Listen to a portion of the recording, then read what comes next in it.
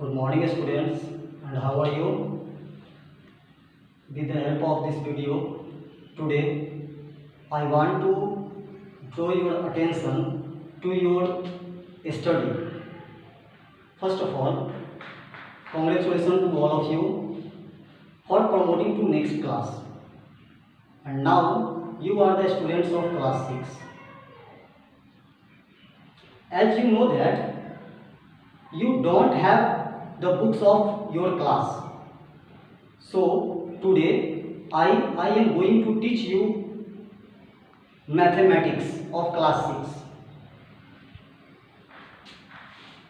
जैसा कि आप सभी जानते हैं कि आपके पास अभी बुक्स नहीं है और इस लॉकडाउन की घड़ी में हमें अपना पढ़ाई भी करना है, तो इसी के लिए हम आपको इस वीडियो के माध्यम से, इस वीडियो की सहायता से आपको आप जो प्रमोट करके अपने नेक्स्ट क्लास में गए हैं, क्लास 6 में, उसके मैथ का फर्स्ट चैप्टर पढ़ा रहा हूँ। The name of your first chapter is number system. इससे पहले मैं आपको आपके बुक्स के साथ इंट्रोड्यूस करवा दूं, तो this is your mathematics book that is written by R Agrawal and published by Bharati Bhawan publication, and the first name of first chapter is number system, and the first term of your first chapter is number. तो सबसे पहले आपके chapter के का जो पहला term है, आपके चैप्टर का तो नाम ही है नंबर सिस्टम। तो नंबर सिस्टम को पढ़ने से पहले हम ये समझेंगे कि व्हाट इज नंबर, नंबर क्या है। सबसे पहले हम अपने चैप्टर को समझेंगे और उसके बाद उसमें दिए गए कंटेंट्स को पढ़ेंगे। तो मैं आपको बता दूं नंबर को हम कैसे डिफाइन करेंगे। Number is an idea and a mathematical object used to count and measure.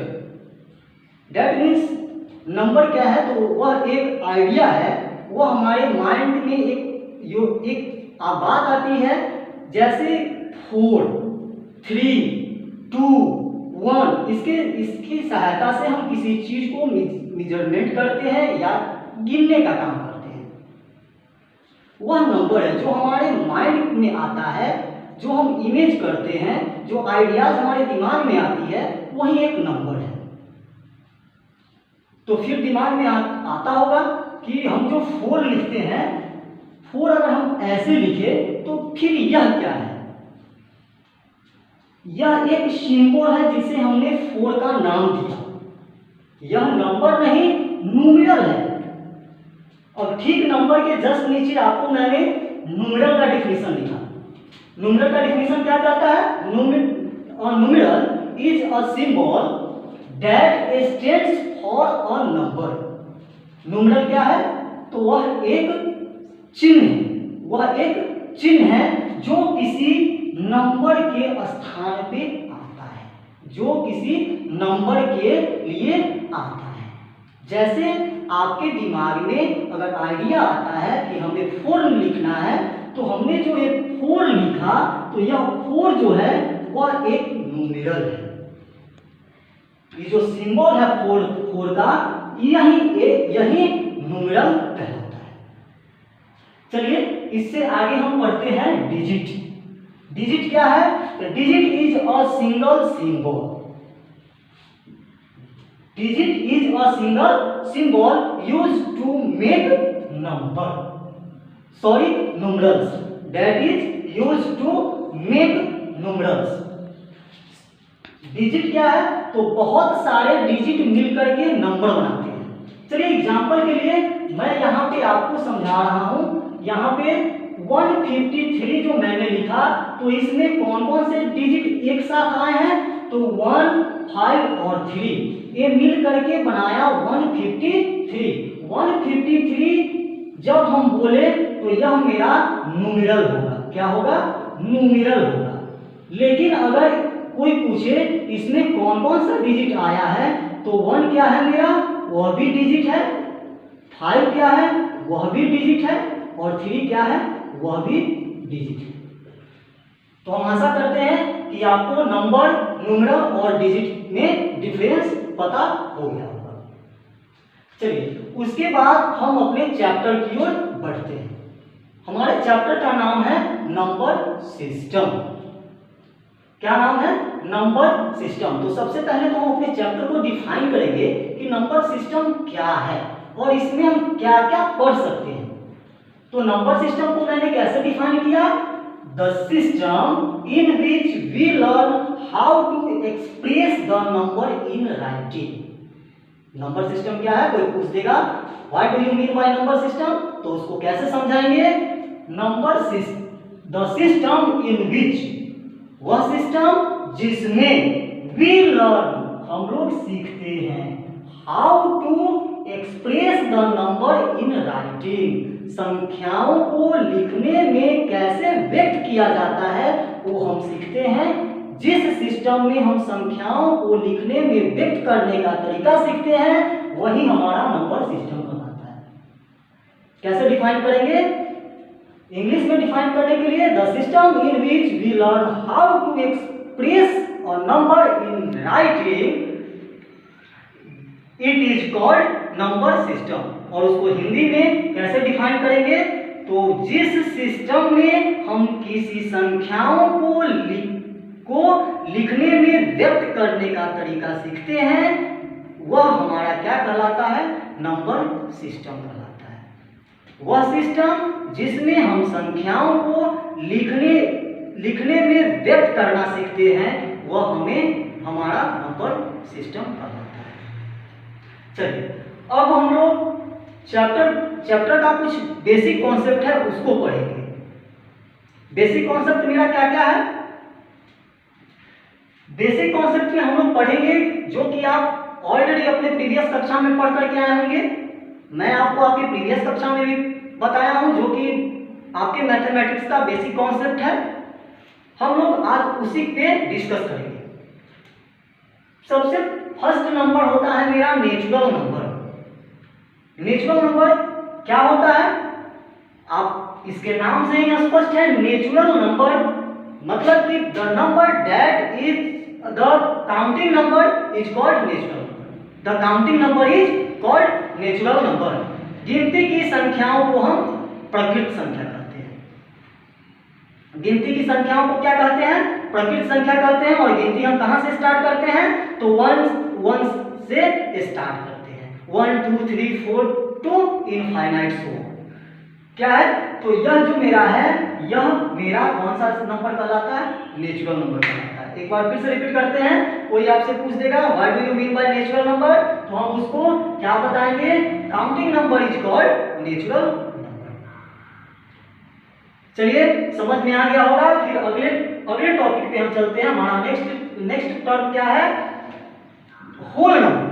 Whole number से क्या समझते हैं, बस इसका सिंपल सा मेथड ये है कि नेचुरल नंबर के पहले जब नेचुरल नंबर 0 से शुरू होता है, when natural number starts with 0 then it is called whole number. When the natural number starts with 0 then it is called whole number. अब नेचुरल नंबर तो आपको ऑलरेडी पता है, नेचुरल नंबर होता क्या है, 1 2 3 4 1 से स्टार्ट होता है। जब हम 1 से पहले 0 से उसको स्टार्ट करेंगे तो वो क्या हो जाएगा, मेरा होल नंबर हो जाएगा। चलिए अब उसके आगे हम क्या पढ़ेंगे, और नेक्स्ट टर्म क्या पढ़ेंगे, प्राइम नंबर। चलिए प्राइम नंबर पढ़ाने से पहले मैं आपको एक चीज बता दूं कि आपको ये दोनों टर्म समझने में कहीं से परेशानी नहीं आएगी। बस एक छोटा सा है, वहां पे छोटा सा कॉन्सेप्ट है जिसको आप ध्यान रखिएगा। नेचुरल नंबर क्या है, तो काउंटिंग नंबर है। काउंटिंग नंबर जैसे ही दिमाग आपके माइंड में आएगा, आप ऑलरेडी आपको पता है कि काउंटिंग कहां से स्टार्ट करते हैं, 1 से स्टार्ट करते हैं। तो 1 के बाद जो है 1 2 3 4 नेचुरल नंबर है। होल नंबर जब हम काउंटिंग वाले नंबर को, जब नेचुरल नंबर को 0 से स्टार्ट करेंगे तो हमारा होल नंबर हो जाएगा। चलिए अब नेक्स्ट टर्म मेरा क्या है, प्राइम नंबर।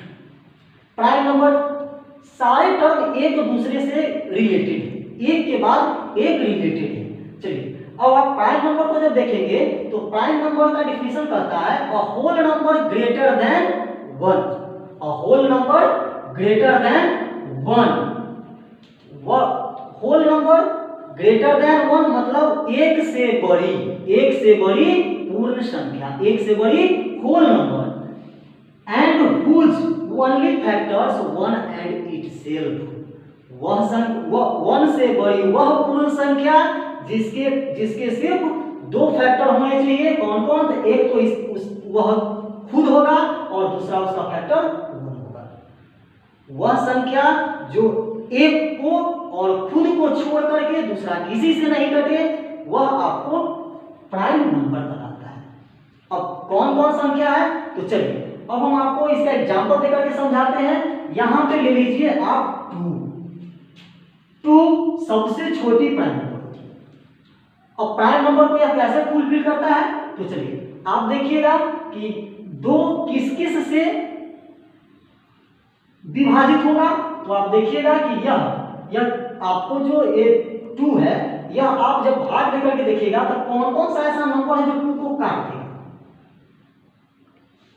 कौन कौन सा है? तो एक तो 1 है और दूसरा यह 2 खुद है।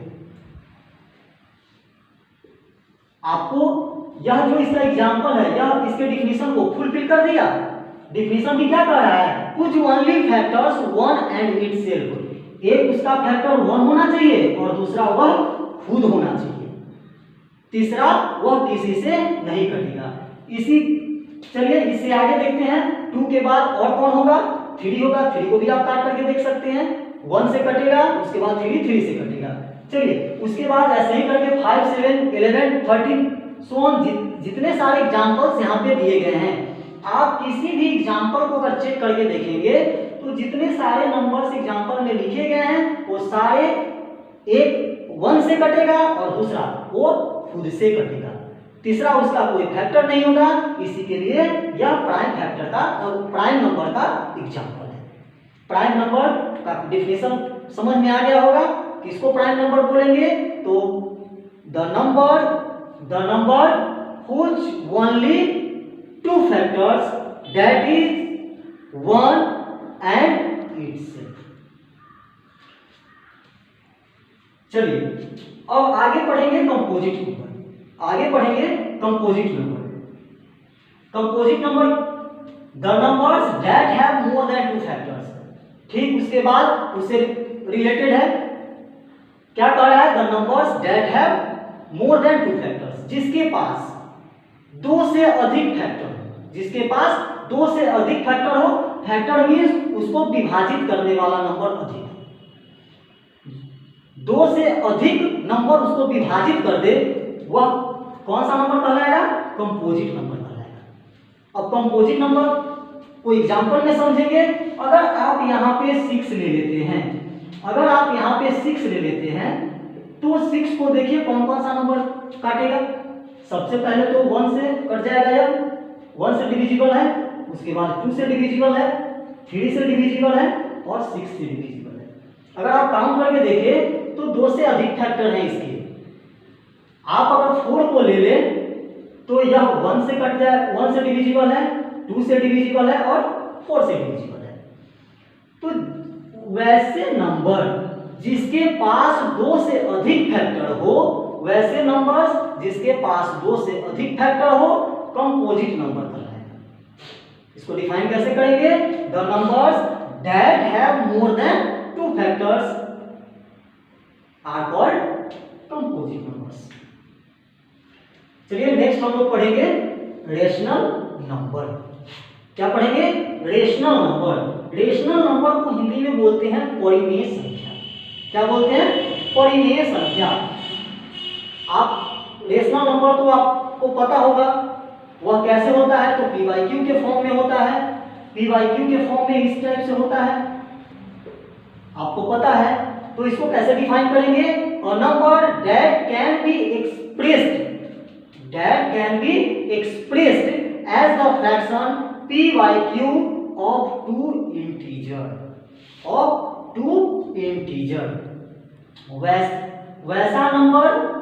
वैसा नंबर जिसे व्यक्त किया जा सकता है। किसमें व्यक्त किया जा सकता है? तो p बाई क्यू के फॉर्म में व्यक्त किया जा सकता है। वह क्या कहलाता है? तो रेशनल नंबर कहलाता है। क्या कहलाता है? रेशनल नंबर कहलाता है। वहां पे आपको एक चीज ध्यान देना होगा, p जो है वह आपको कुछ भी हो सकता है, 0 से बड़ा हो सकता है, 0 हो सकता है, लेकिन q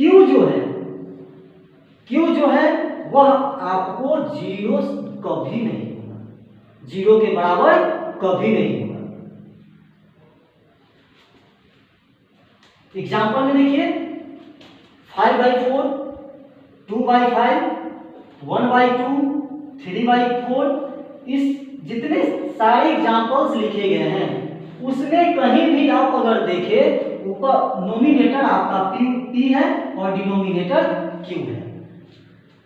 आप किसी भी एग्जाम्पल में नहीं देखेंगे कि q 0 के बराबर है, क्योंकि अगर q 0 के बराबर हो गया तो यह इनफाइनाइट कर देगा, इसका जो वैल्यू निकलेगा वह इनफाइनाइट हो जाएगा, और जैसे ही वैल्यू इनफाइनाइट होता है वह इरेशनल हो जाता है। क्या हो जाता है?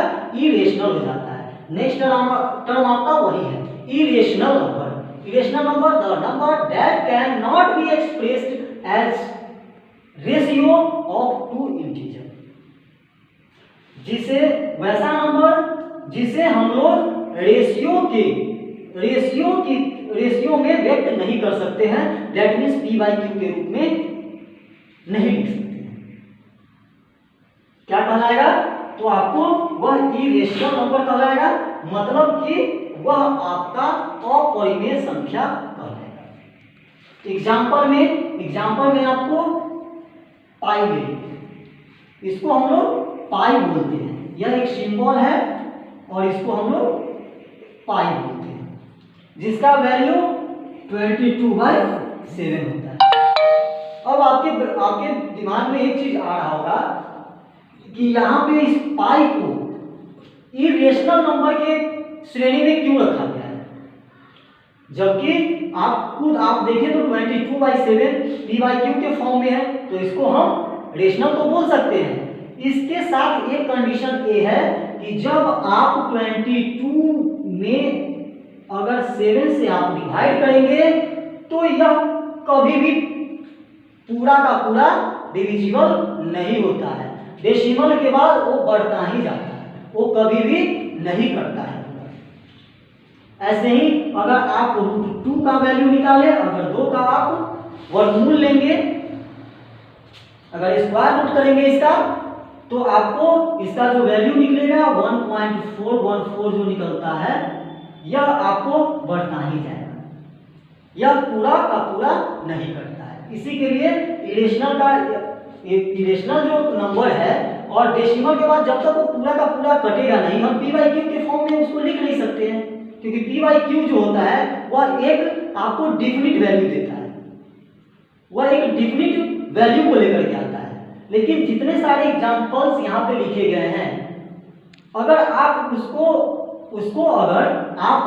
अगर उसका सॉल्यूशन करके देखें, इसको जब आप इसका सॉल्यूशन करेंगे तो आपको कोई भी वैल्यू डिफिनिट नहीं आएगा, सब इनडिफिनिट जाएगा। डेसिमल के बाद कोई पूरा का पूरा डिविजिबल नहीं होगा।